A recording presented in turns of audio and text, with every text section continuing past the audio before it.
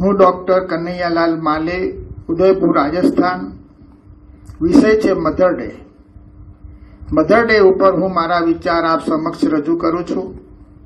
માતૃત્વ દિવસે આજ માતાની ગોદને સ્મરણ કરતા, એમના મધુર સ્મરણોને રજૂ કરતા સુખદ આનંદની લાગણીનો અનુભવ કરી રહ્યો છું.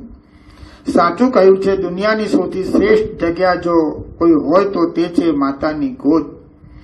માની મમતા તોલે બીજું કશું આવી શકતું નથી. એટલે કવિએ કહ્યું છે, જનનીની જોડ સખી નહીં જડે રે લોલ. માં ત્યાગ, પ્રેમ, બલિદાન, વાત્સલ્ય અને સમય આવે રણચંડી બની પોતાના બાળકનું જીવથી વધારે જતન કરે છે. આવી વ્યક્તિ બીજી કોઈ હોઈ શકે નહીં, ફક્ત માં. આવો પ્રેમ પશુ પ્રાણીઓમાં પણ જોવામાં આવે છે. હું આપને ઉદાહરણ રૂપે કહું છું. મારા દાંપત્ય જીવનમાં મારા પત્નીનું ડિલિવરી માંદગીના કારણ તેમનું અવસાન થાય છે અને ડિલિવરીમાં એક બાળકીનું જન્મ થાય છે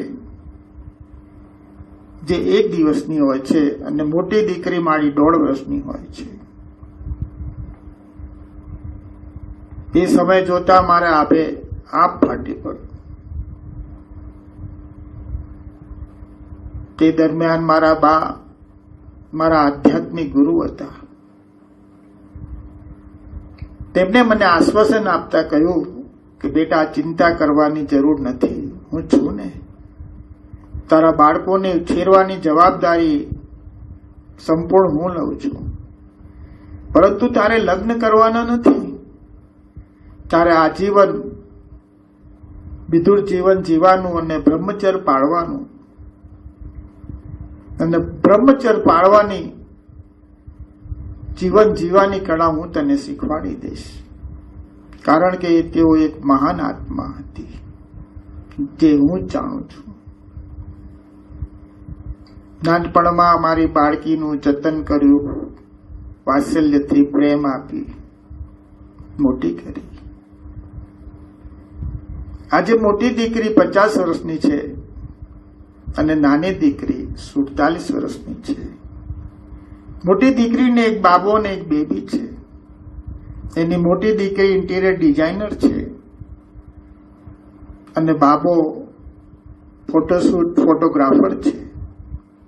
અને નાની દીકરી જે એના મમ્મીના મૃત્યુ બાદ 1 દિવસની હતી, તે આજે 47 વર્ષની છે.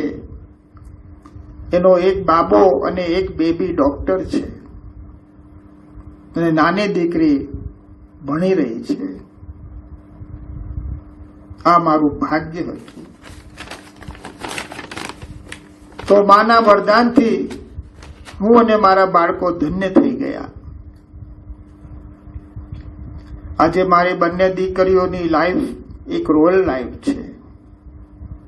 સુખદ આનંદ છે, અપાર સુખ છે, વૈભવ છે. મારા શબ્દોમાં અને અનુભવથી કહું તો ધરતી માતાની ગોદ જેટલો જ રોલ મારી બાએ ભજવ્યું.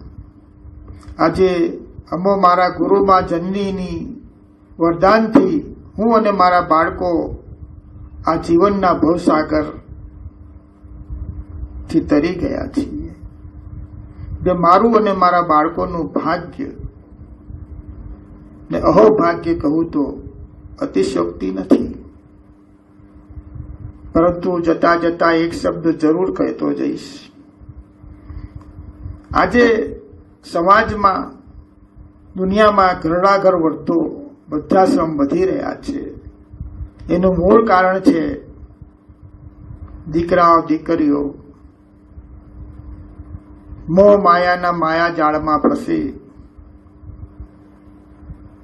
મા બાપને ભૂલી ગયા છીએ, એમના ખોળાને ભૂલી ગયા છીએ. બસ